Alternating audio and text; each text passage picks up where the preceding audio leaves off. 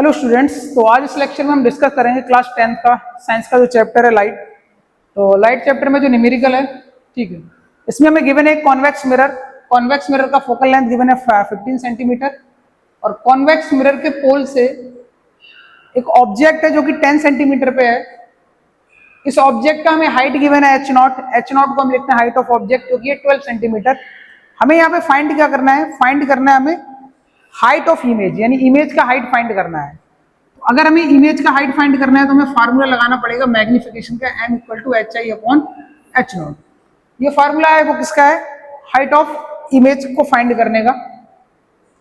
But again हमें इस फार्मूले में मैग्निफिकेशन पता होना चाहिए, क्योंकि अगर हमें m की वैल्यू पता होगी तभी हम क्या फाइंड कर पाएंगे? h0, वो hi। h0 तो गिवन है हमें 12 सेंटीमीटर, ठीक है। तो अगर हमें hi निकालना है तो हमें मैग्निफिकेशन पता होना चाहिए। अब मैग्निफिकेशन के दो फार्मूले पढ़ते हैं हम स्फेरिकल मिरर में। एक होता है m = -v/u। तो मैग्निफिकेशन अगर हमें फाइंड करना है तो मैग्निफिकेशन के लिए हम फार्मूला लगाएंगे m = -v/u। अगेन यहाँ पर हमें u तो गिवन है, ऑब्जेक्ट का जो डिस्टेंस है 10 सेंटीमीटर पे है ऑब्जेक्ट, बट इमेज का लोकेशन गिवन नहीं है, इमेज की पोजीशन गिवन नहीं है। तो पहले हमें क्या निकालना पड़ेगा? इमेज की पोजीशन, ठीक है। इसी क्वेश्चन को ऐसे दो क्वेश्चन बना सकते हैं। ये पहला पार्ट हो गया एक, और दूसरा part find position of image.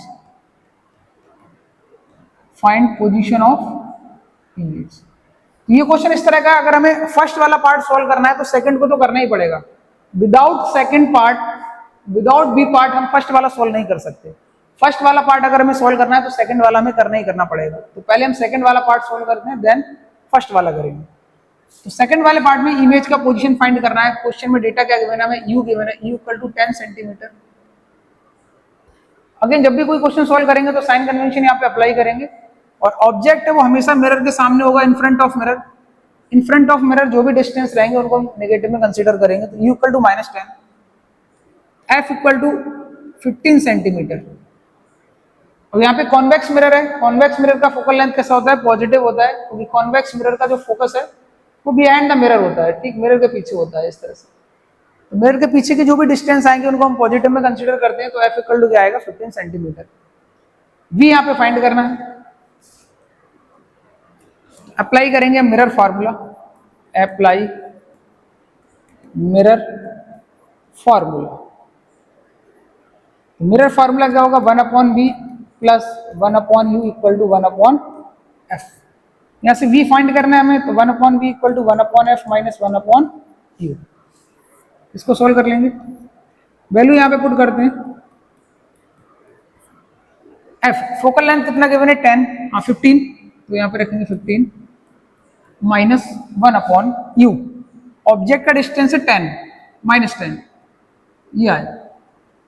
ये आ गया 1/v = 1/15, और माइनस और माइनस कितना हो जाएगा? +1/10। तो 1/15 और 1/10 इनका एलसीएम लेंगे, तो एलसीएम आएगा कितना? 30। तो एलसीएम लेते हैं 30। इसको सॉल्व करेंगे फर्दर तो आएगा 2 + 3। 1/v का जो वैल्यू है वो आ गया 5/30, यानी 1/6। 1/v की वैल्यू 1/6 आई है, तो अगर क्रॉस मल्टीप्लाई करेंगे तो v आएगा 6। 6 को हम +6 लिख सकते हैं, ठीक। तो v की वैल्यू आ गई +6 सेंटीमीटर। यहाँ पे पॉजिटिव साइन क्या इंडिकेट कर रहा है? पॉजिटिव साइन यहाँ पे इंडिकेट कर रहा है कि जो इमेज है वो बिहाइंड द मिरर बन रही है, ठीक। अगर पॉजिटिव साइन है b बराबर, इसका मतलब इमेज कहाँ पे बन रही है? Behind the mirror. 6 सेंटीमीटर है, फोकस लेंथ 15 है, यहाँ कहीं पे बनेगी इमेज, ठीक। कॉन्वेक्स मिरर में हम रे डायग्राम बनाते हैं, 2 रे डायग्राम है, 2 केस है, तो हमें पता है कि इमेज हमेशा कहाँ पे बनेगी? पोल और फोकस के बीच में, ठीक। कॉन्वेक्स मिरर में जो इमेज बनती है हमेशा वो कहाँ पर बनती है? हमेशा बनेगी पोल और फोकस के बीच में। तो फोकल लेंथ 15 सेंटीमीटर है, तो हमारा आंसर जो आएगा वो 15 से कम ही आएगा, और 15 से कम आया कितना आया? 6 सेंटीमीटर।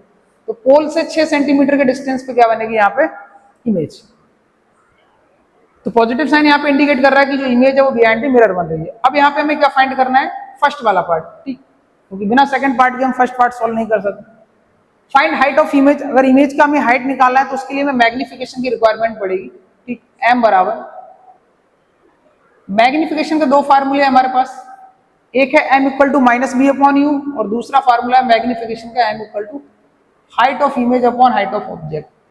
तो यहां से अगर हमें हाइट ऑफ इमेज निकालना है तो हाइट ऑफ इमेज कितना आएगा? m multiplied by height of object. अगर हमें हाइट ऑफ इमेज चाहिए तो हमें हाइट ऑफ इमेज कैसे आएगी, क्रॉस मल्टीप्लाई करेंगे, magnification multiplied by height of object. Object का तो हाइट गिवन है क्वेश्चन में 12 सेंटीमीटर, लेकिन मैग्निफिकेशन यहाँ पे गिवन नहीं है।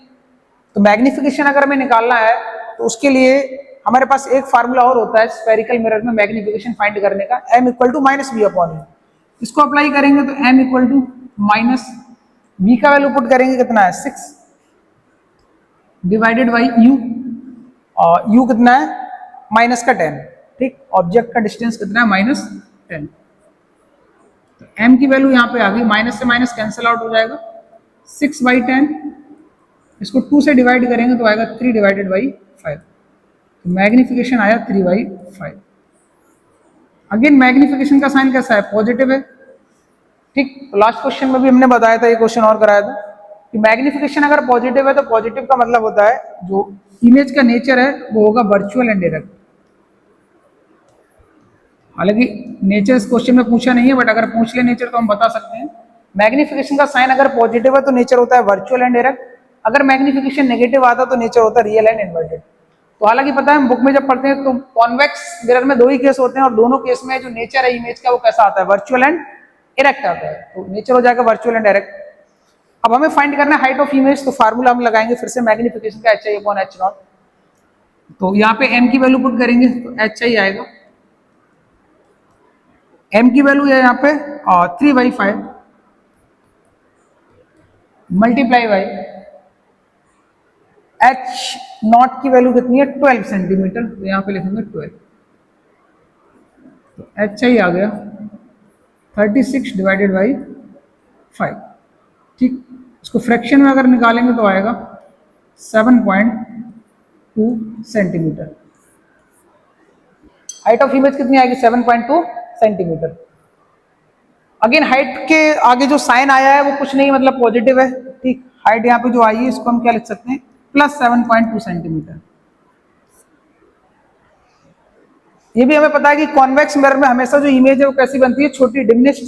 कॉन्वेक्स मिरर में दोनों केस पढ़ते हैं तो दोनों केस में इमेज का साइज क्या होता है, डिमिनिश्ड। डिमिनिश्ड मतलब ऑब्जेक्ट का साइज बड़ा होगा और इमेज का छोटा होगा। यहाँ पर देखो ऑब्जेक्ट का साइज क्या है 12 सेंटीमीटर और इमेज का साइज कितना आया 7.2 सेंटीमीटर, यानी इमेज का साइज जो है वो ऑब्जेक्ट के साइज से कम है। अच्छा, हाइट जो आया इमेज का वो कैसा आया, पॉजिटिव। कोई अगर साइन नहीं तो कैसा साइन होगा, पॉजिटिव होगा। पॉजिटिव साइन यहाँ पे क्या इंडिकेट करता है, positive according to sign convention अगर हम जाएं तो पॉजिटिव साइन इंडिकेट करता है कि जो इमेज है वो प्रिंसिपल एक्सिस के ऊपर बन रही है। अगर ऑब्जेक्ट का हाइट या इमेज का हाइट पॉजिटिव आ रहा है, इसका मतलब जो इमेज है वो कहां पर बन रही है, प्रिंसिपल एक्सिस के ऊपर। अगर HI की वैल्यू नेगेटिव आती तो नेगेटिव साइन यहाँ पे इंडिकेट करता कि जो इमेज है वो प्रिंसिपल एक्सिस के नीचे बन रही है, ठीक। तो यहाँ साइन से भी हम आइडिया लगा सकते हैं कि इमेज कहाँ पे बनेगी, प्रिंसिपल एक्सिस के ऊपर या नीचे।